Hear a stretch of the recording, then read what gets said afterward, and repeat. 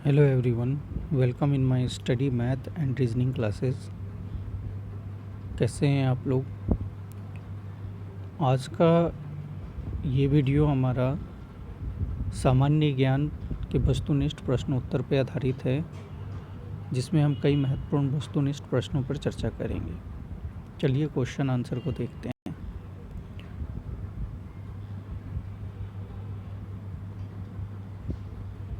हमारा सबसे पहला क्वेश्चन है, चटगांव आर्मी डकैती को नेतृत्व प्रदान करने वाले सूर्य सेन किस संगठन से संबंधित थे?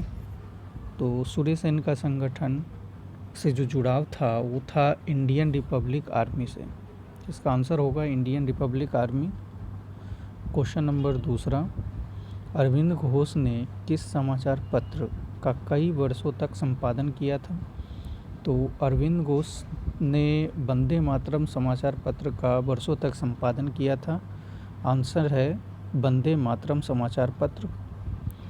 क्वेश्चन नंबर थर्ड, वेलुथम्पी उन प्रारंभिक लोगों में से थे जिन्होंने अंग्रेज़ों के विरुद्ध विद्रोह किए। वे कहाँ के दीवान थे? तो वेलुथम्पी ट्रावनकोर के दीवान थे। Question number fourth,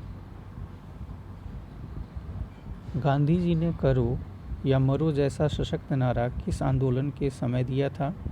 Gandhi ji ने करो या मरो का नारा भारत छोड़ो आंदोलन 1942 में दिया था। इसका आंसर यही होगा। क्वेश्चन नंबर 5, 1946 में जवाहरलाल नेहरू के नेतृत्व में गठित अंतरिम सरकार में सरदार वल्लभ भाई पटेल किस विभाग के मंत्री थे? तो सरदार वल्लभ भाई पटेल गृह विभाग से जुड़े हुए थे।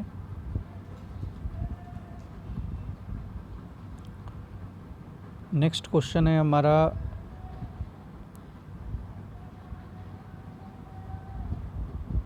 रावी नदी तट पर आयोजित कांग्रेस का अधिवेशन, यह अधिवेशन 1929 में हुआ था, किस लिए ऐतिहासिक माना जाता है? तो 1929 का जो कांग्रेस अधिवेशन था वो पूर्ण स्वतंत्रता प्रस्ताव को पारित करने के लिए महत्वपूर्ण था। तो इसका आंसर होगा पूर्ण स्वतंत्रता का प्रस्ताव पारित करने के लिए। क्वेश्चन नंबर 7, चंपारण सत्याग्रह के दौरान गांधी जी के कुशल नेतृत्व से प्रभावित होकर किसने गांधी जी को महात्मा की उपाधि दी थी? तो गांधी जी को महात्मा की उपाधि रविन्द्रनाथ टैगोर ने दिया था।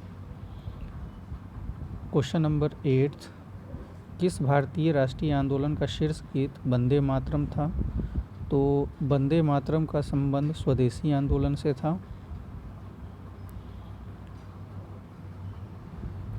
क्वेश्चन नंबर 9, महात्मा गांधी ने कब व किस तनाव से दुखी होकर 21 दिनों तक उपवास किए थे? तो इसका आंसर है 1924 ईस्वी के सांप्रदायिक तनाव से दुखी होकर। क्वेश्चन नंबर 10, स्वदेशी आंदोलन क्यों प्रारंभ किया गया था? तो स्वदेशी आंदोलन प्रारंभ करने का मुख्य कारण था बंगाल विभाजन। तो इसका आंसर है बंगाल विभाजन के विरोध स्वरूप। क्वेश्चन नंबर 11, किसके शासनकाल में चट्टानों को काटकर मंदिरों का निर्माण किया गया? तो चट्टानों को काटकर मंदिर का निर्माण महेंद्र वर्मन के काल में किया गया था। क्वेश्चन नंबर 12, चंदेल शासकों ने मंदिर निर्माण की एक नई शैली विकसित की जिसे कहा जाता है खजुराहो की शैली। क्वेश्चन नंबर 13, पृथ्वीराज चौहान के विरुद्ध मोहम्मद गोरी की सहायता करने के कारण किस शासक को देशद्रोही की संज्ञा दी जाती है? आंसर कन्नौज का जयचंद। कोणार्क के प्रसिद्ध सूर्य मंदिर का निर्माण किस शासक के संरक्षण में हुआ था? आंसर है नरसिंहम प्रथम। क्वेश्चन नंबर 15, बाबर ने अपनी आत्मकथा तुजुके बाबरी किस भाषा में लिखी थी? आंसर है तुर्की। क्वेश्चन नंबर 16, मुगल काल में जासूस और गुप्त सूचनाओं के संवाहक को क्या कहा जाता था? आंसर है हरकारा। क्वेश्चन नंबर 17, तांत्या टोपे का वास्तविक नाम था। तांत्या टोपे का वास्तविक नाम रामचंद्र पांडुरंग था। क्वेश्चन नंबर 18, वैशाली किस महाजनपद की राजधानी थी? आंसर है वजीसंग। क्वेश्चन 19, सातवाहन काल में व्यापार व्यवसाय में चांदी एवं तांबे के सिक्कों का प्रयोग होता था, जिसे कहा जाता था। आंसर है कड़छापन। क्वेश्चन 20, पाटलिपुत्र में धनानंद से मगध सिंहासन छीनने से पहले चंद्रगुप्त मौर्य किस प्रदेश को जीत चुका था? इसका आंसर है सिंध और पंजाब क्षेत्र को। Question number 21,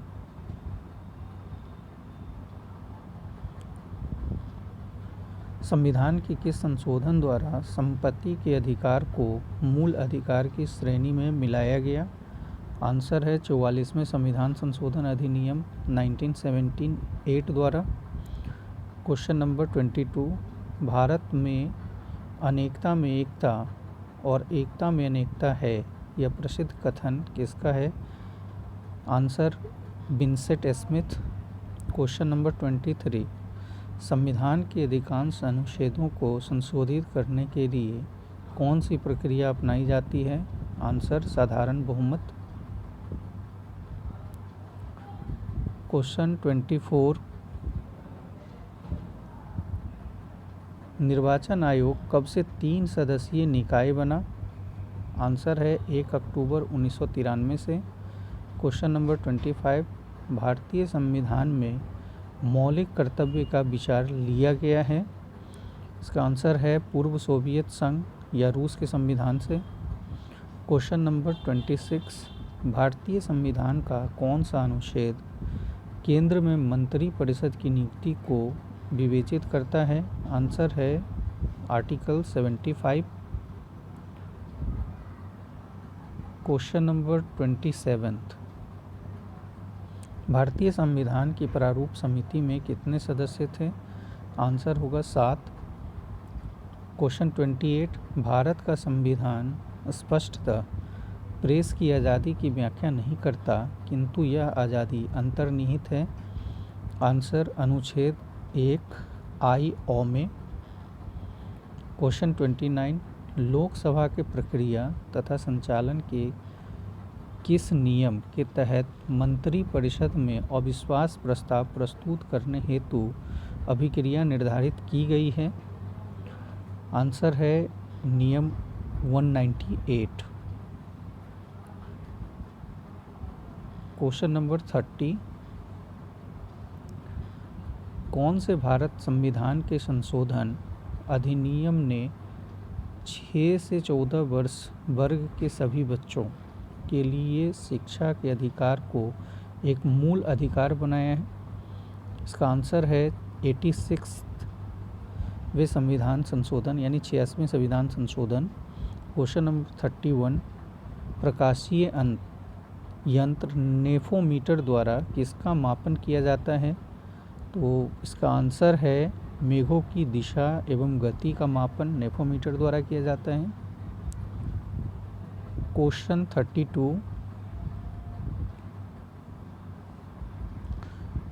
golden gate bridge संयुक्त राज्य अमेरिका के किस नगर में स्थित है? आंसर है इसका सैन फ्रांसिस्को।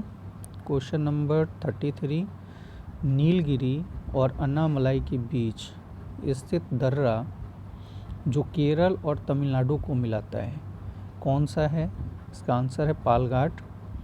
क्वेश्चन 34, किसी जलाशय को पोषक तत्वों से समृद्ध करना कहलाता है? आंसर है यूट्रोफिकेशन। क्वेश्चन नंबर 35, 2 या 2 से अधिक परितंत्र के बीच का क्षेत्र कहलाता है? आंसर है इकोटोन। क्वेश्चन 36, विश्व बैंक द्वारा जारी की गई ease of doing business ranking 2020 में भारत किस स्थान पर रहा है? इसका आंसर है 63rd। क्वेश्चन नंबर 37, चेनानी नासरी सुरंग एशिया की सबसे लंबी बाई डायरेक्शनल हाईवे टनल का नाम बदलकर श्यामा प्रसाद मुखर्जी सुरंग रखा गया है। यह कहाँ स्थित है? तो श्यामा प्रसाद मुखर्जी सुरंग, ये आपका आंसर होगा इसका जम्मू कश्मीर। क्वेश्चन नंबर 38, गणित में हार्वर्ड का सबसे प्रतिष्ठित पुरस्कार टी वाटरमैन अवार्ड 2021 पाने वाली दुनिया की पहली महिला कौन बनी है? इसका आंसर है प्रोफेसर मोनाली वुड।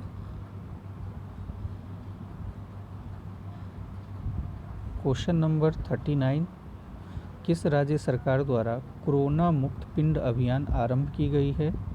आंसर है पंजाब। क्वेश्चन नंबर 40, भारतीय महिला क्रिकेट टीम के प्रमुख कोच है? इसका आंसर है रमेश पोबार।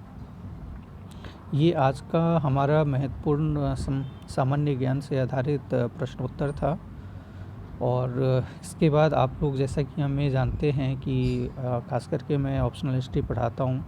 यदि आपका बीपीएससी 67 के लिए ऑप्शनल हिस्ट्री है तो आप नियमित क्लास के लिए संपर्क कर सकते हैं। इसके अलावा यदि आप यूजीसी नेट जेआरएफ की तैयारी कर रहे हैं और सेकंड पेपर आपका इतिहास है तो उसकी तैयारी के लिए भी संपर्क कर सकते हैं। इसके लिए एक न्यू बैच स्टार्ट होने जा रहे हैं। Thank you everybody, thank you watching for me.